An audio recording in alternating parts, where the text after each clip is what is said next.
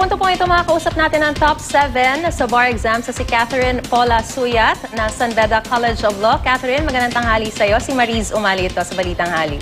Hi, Marie. Unang-una sa lahat, congratulations. At ikaw ay umabot sa top 7. Ano ba ang masasabi mo? At ikaw ay nakapasok sa top 10 ng bar exams.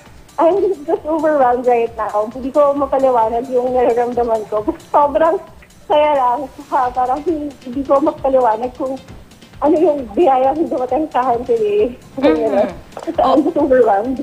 Oo, karamihan sa mga law graduates na nagre-review, no, bago mag-bar exams, talagang ini-aim lang na makapasa. Pero ikaw ba ay talagang objective mo rin na makapasok din sa top 10?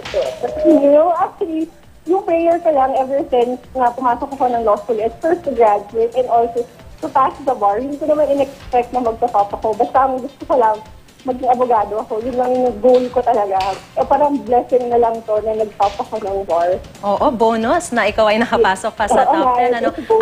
Ano bang klaseng paghahanda yung ginawa mo, Karen, para makaabot ka sa ganitong lugar mo o pwesto mo ngayon? Sipag lang talaga. Sipag at saga sa pag-aaral. At talagang disiplina during the bar review. 6 months yun.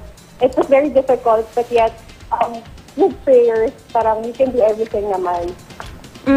At ano ba ang plano mo ngayon na nakapasa ka na sa bar?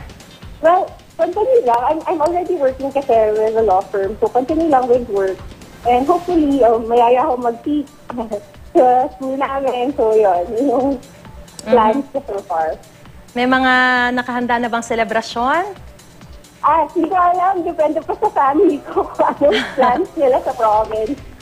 Oo. Hindi pa so far na-announce no, yung mga results ng kung ilan % ang nakapasa sa eskwelahan? Hindi ko pa actually alam kasi nung tinawagan ako, nasa may St. Jude's Chapel ako.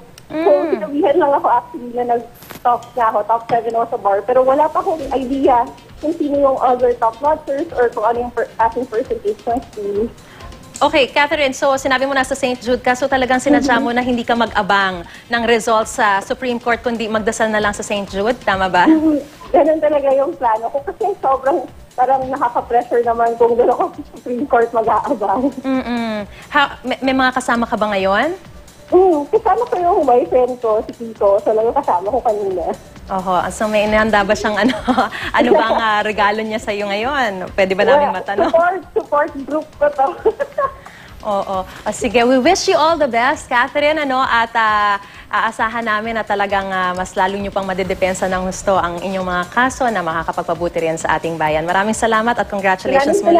Catherine Paula Suyat ng San Beda College.